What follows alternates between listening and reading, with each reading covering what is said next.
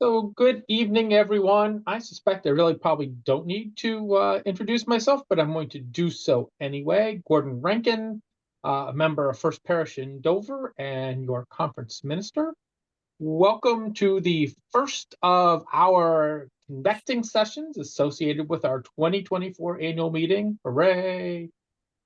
Stepping into that routine of things this evening, tonight we will be focusing on and have a conversation around our 2025 mission income and spending plan, which is our fancy terminology for budget.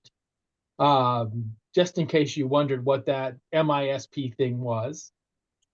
Just a couple things to cover with you before we get started.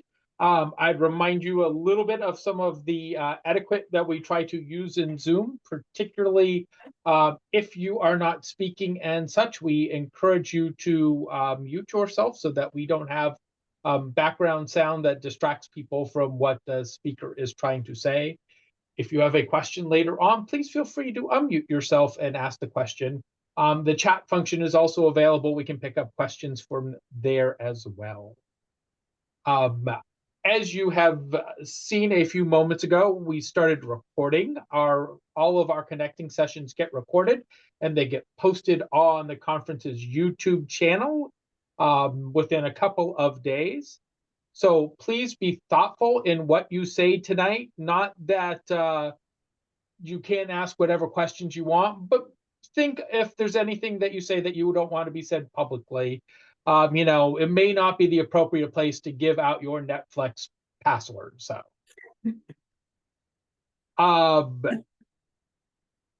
tonight's gathering is a annual meeting connected event. So, pursuant to our standing rules, if you ask questions and you go to speak, we would simply ask you to introduce yourself by name and church of membership. We will continue doing that through all of our connecting sessions as well as at the annual meeting. And so let me just introduce our speakers for this evening. We will have Linda Lannon, who's a member of the Conference Board of Directors and the chair of our budget committee, and Jim Thomas, who is the conference president. And they will guide us through this evening, at least until the point when they say, Gordon, what's the answer to that question? And then I'll pop in. Linda. Great. Hi, I'm Linda Lannon. As Gordon said, I'm a member of the Congregational Church of Amherst. And should I start the sharing now? Jump right into it. Whenever you're ready.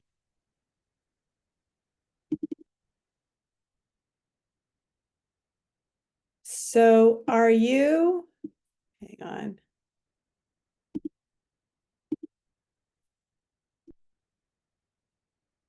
Can just someone tell me if you're seeing one screen? It's the one screen you're supposed to be seeing is what you're seeing. Perfect. Thank you. So this is simply the opening slide. And then this is the hearing or the connecting session is today in preparation for the annual meeting on October 26th. Again, we are presenting the mission income and spending plan. Welcome and introductions. I think Gordon took care of that. Each of the slides will address the background of how we arrived at these figures, a brief review of the income and expenses. There is a more detailed review of that in the actual mission income and spending plan. The bottom line, the summary, we'll take questions and answers and then wrap up. So moving forward, the background to the 2024 finances in looking, and this fiscal year has not ended yet. The 2024 fiscal year has not ended. The revenue versus expenses seem to be balanced. Things that the conference did is send a delegation of 8 people from 7 conference churches to travel to Zimbabwe for part of July and into August. Camper enrollment, as you might have heard, was up at Horton Center. And in fact, it was pretty spectacular. And things are looking really great. Tibi Pare has been working tirelessly for Horton Center. And it's just been great how many people are attending. And I have to let someone in. Did you get that, person to come in? Okay, thank you. Further, there were a number of staff transitions at the office, so there were periods of time when positions were vacant, in particular the office administrator and the search and call administrator. The wellhead at Horton Center unexpectedly needed to be replaced and was replaced and is now operational, and we're very grateful for that, that any disaster was averted. It was replaced before any functional problem was really presented. The office computer system server has been decommissioned, and we continue to work on getting the new database fully functional. That's sort of the year encapsulated in review. The key aspects of the 2025 mission income and spending plan is that the board is presenting a balanced budget. We're very excited about that. 2024 expenses have been pretty much as expected. And as we always try to do, ministries were given the latitude to ask for what they need for their missions. They were not constrained by that. In general, as has pretty typical in the past, the ministries have been frugal with their budgeted funds. Some of them get some donated funds directly to the ministries, and they have not spent all of their allocated 2024 budgets. 2024 is not over. We'll see what happens, but we do have the projected numbers for that.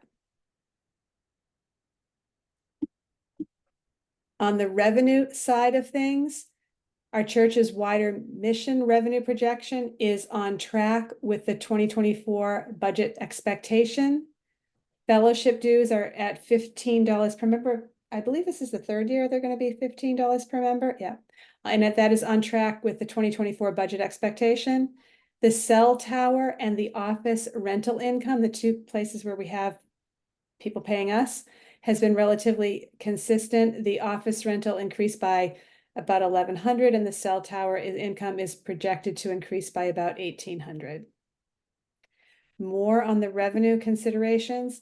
The investment income has been relatively consistent. It increased by just over 7,000 between 2023 and 2024. The Friends appeals, which occur in April and November, decreased from 2023 by $433, not a huge amount, but decreased somewhat to 2024. But 2024 to 2025 is already looking stronger, and we're hoping there's been improved fundraising efforts, and we're very hopeful that those will pay off. Now we move to the revenue sources. So what you're going to see here on any of the slides that have tables, we have the 2023 actuals, what we adopted last year for the 2024 mission income and spending plan, and our projected expectations of where those revenues will be, what those revenues will be, and then our proposed budget for 2025. So I guess I'll give you a minute or two, or however long you need, to take a look at those numbers, especially if you haven't seen them before. The top line is the church's wider mission, then the fellowship dues, the rental income,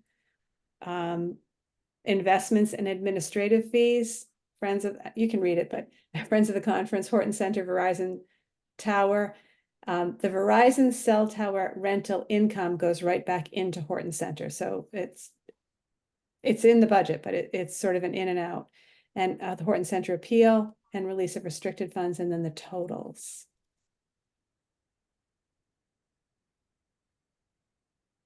And I can pause here if anyone has any questions on this slide. If not, I'll go on. Next will be expenses, key considerations.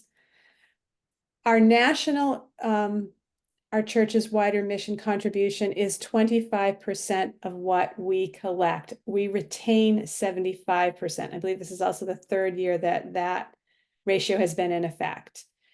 In 2023, our mission income and spending plan contribution to the national setting was $121,494. In 2024, it's estimated to be slightly less at $119,750. Should we end the year with a surplus, 50% of the surplus would be given to the national setting. More considerations for the expenses. Oh, that didn't click. There we go.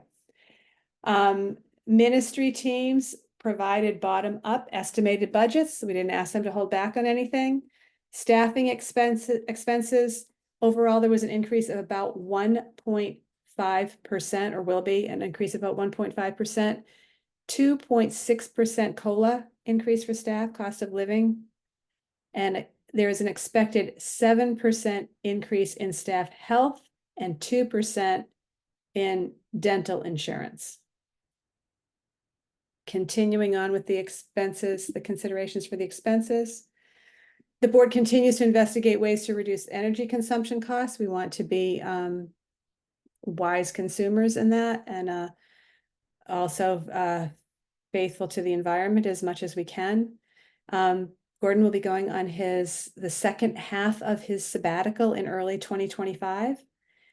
We continue to pay down the Cornerstone Fund loan and the revolving fund loan that was used to pay for the sprinkler system, which was the unexpected expense that we had the previous year.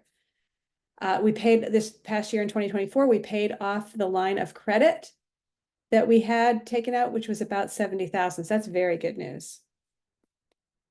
And now this next slide will be the table of the expenses by ministry teams. So this is not staffing or not conference building running expenses. These are the ministry teams. And again, the 2023 actuals, the 2024 adopted, 2024 projected, what we think we're going to land, and the 2025 proposed budget.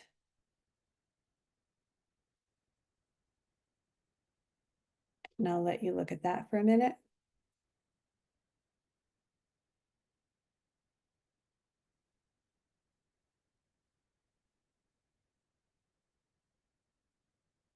Does anyone have any questions or want me to pause longer? I can't see everyone, so you might have to raise your hand. I can only see a few of you.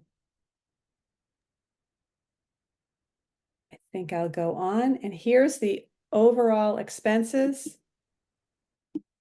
and the bottom line. So again, we're very happy that it's balanced. We've done well at balancing the 2024 budget, and we are going to continue that hopefully for the 2025. It would be nice if we had extra surplus, but we don't this time.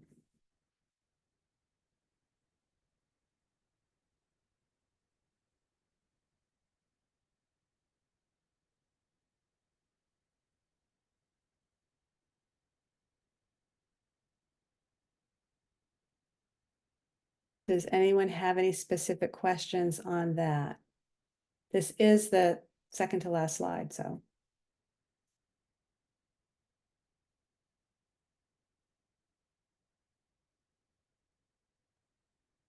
And if I'm not hearing any, the last slide, this doesn't mean that I'm going to go away after this. Are there any questions? And I do want you to see the thank you, because I'm not sure I'll remember to pull that back up. So I'm going to end the slideshow. I can pull up any slide at any time, but I want to be able to see you and take questions. So yeah, Linda, this is Gail Kinney. Can you hear me? I can hear you. Okay, great. Question sort of in the ministry team's expenditures. Is it possible to see a breakdown? I'm particularly interested in the Justice and Witness Ministries, and I'm wondering whether there's access, or we can get access to the breakdown that made up, I think it was 18,000. Do you mean for the various groups within the ministry team? Yeah. Yes, that would be in the mission income and spending plan. And I didn't stop the share, did I? There we go. Did you want me to share that? I can find it. If you don't mind. I do not mind. I have it open somewhere. And okay. Okay.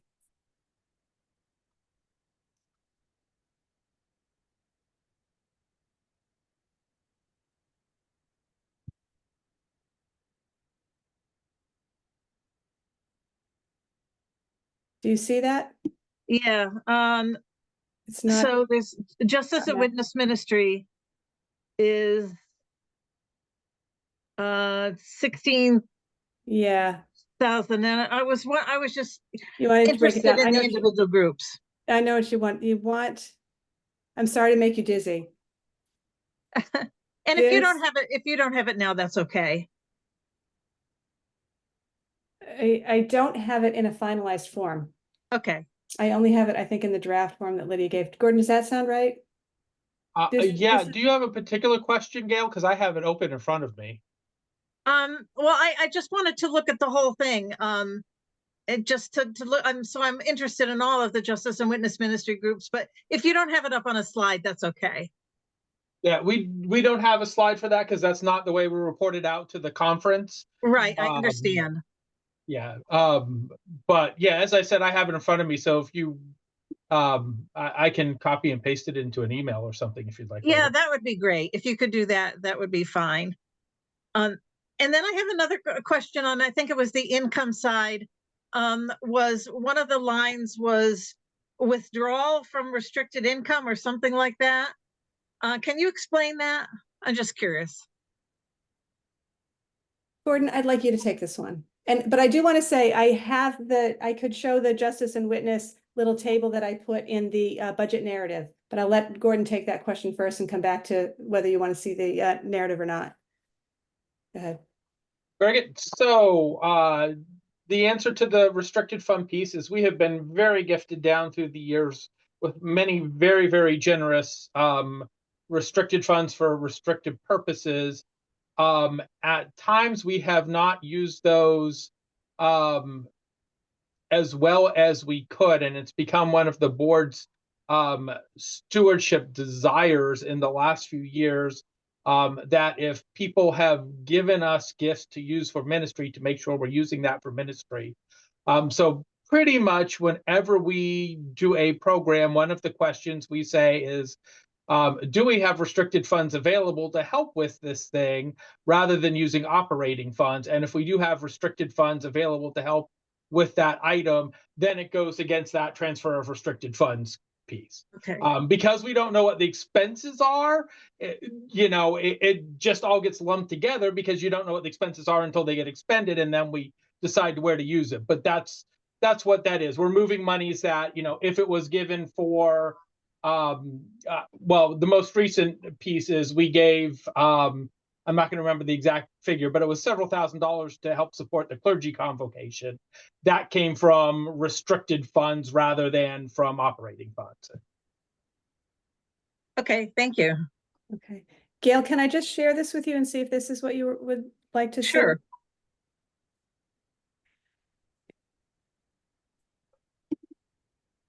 There, can you see that? I can. And want me to make it bigger? Well, I can Can see it. So, okay. Okay. All right. Yeah. Gordon, if you wouldn't mind just emailing that to me, I'm interested in the whole arena, in the whole ministry. So I'm not going to remember all those numbers, but thank you so much. That's very helpful to just see that. And I will look at the budget. I will read the budget narrative. So, or I'll have that. So I can go to the budget narrative that's on the annual meeting webpage, right? Yes, and that's on page 4. The one you're Okay, looking for is on page 4. I will look at it. Thank you so much. Sure.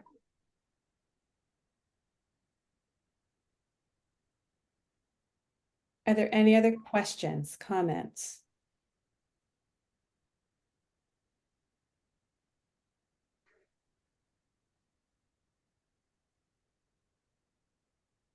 You all have to make us work a little bit.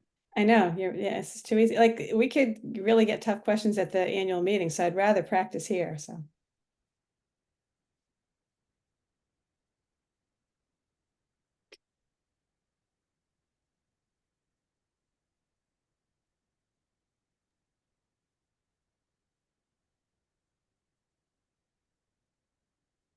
Are we good then? See one nod there. All right. it's not your last chance. If you come to the annual meeting, you can ask more questions, so. Looks like y'all did a good job of keeping us out of trouble. I do have one comment. It's not a question. Sure. But on one of your slides, there was a number that was 7,00, and I think it was just supposed to be like 700 or something. Oh, I just thank figured before annual meeting, might as well thank you. Slipped by me. look that up. So, I will look that up. Thank you.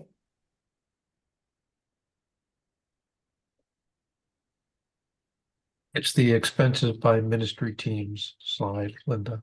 Oh, thank you. The local church support ministry.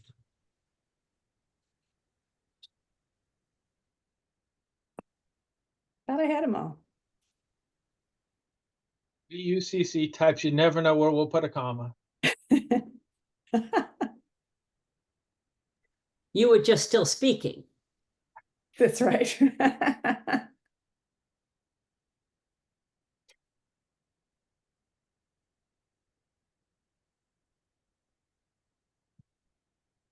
Anything else? Okay, thanks. So we're wrapping it up then, Gordon? I guess I'll move to the wrap up. Yes, I forgot that was my part. So just a reminder to everybody that we have another 5 connecting sessions. This Thursday in 2 days, we will have conversation with our association capacity task force that will explore whatever part of that work you would like. Particularly now that we've had 2 of our associations vote to engage it, it's kind of even a different type of conversation. So we look forward to having folks join us for that. Next Tuesday, October 22nd, we will have conversation around the resolution that'll be coming to the annual meeting on gun violence prevention. Our Peace with Justice Advocates group will be there to help lead that conversation. On the 24th, you will hear about our newest program venture that we're doing, Ministry 21, which I will also add will be the recipient for our offering at annual meeting. So if you get excited by that talk, please come and give generously, or go online and give generously, or any such thing. And then, of course, we will have the annual meeting at Geneva Point or virtually on October 26th. And then on the 27th and the 29th, you will have opportunities to have conversations with Sarah and I about whatever topics you would like to talk about. Those are totally wide open for wherever your inquiries lead us. So. And with that, I will thank you once more for joining us tonight. We look forward. Give me just a moment and I will answer that, Karen, before we end things. Yeah, thank you so much. We're glad you were here. We look forward to seeing you at other parts of our annual meeting stuff. Those of you who are ready can get back to the rest of your evening. I will make sure I tackle Karen's question, which was, I don't know that the Hillsborough Association meeting is 100% confirmed yet, but what I am hearing is November 10th at 3 o'clock virtually. Thank you. No in-person part, all virtual. At what time did you say? 3? 3 o'clock. Thank you. You should be seeing that in the weekly news coming up in the next week or two. Look, everybody stayed around to hear that. All right, Anyone I'm else going know to what your sign off. association meetings are? Thank you, This was the everyone. most Appreciate that you came. exciting part of my evening.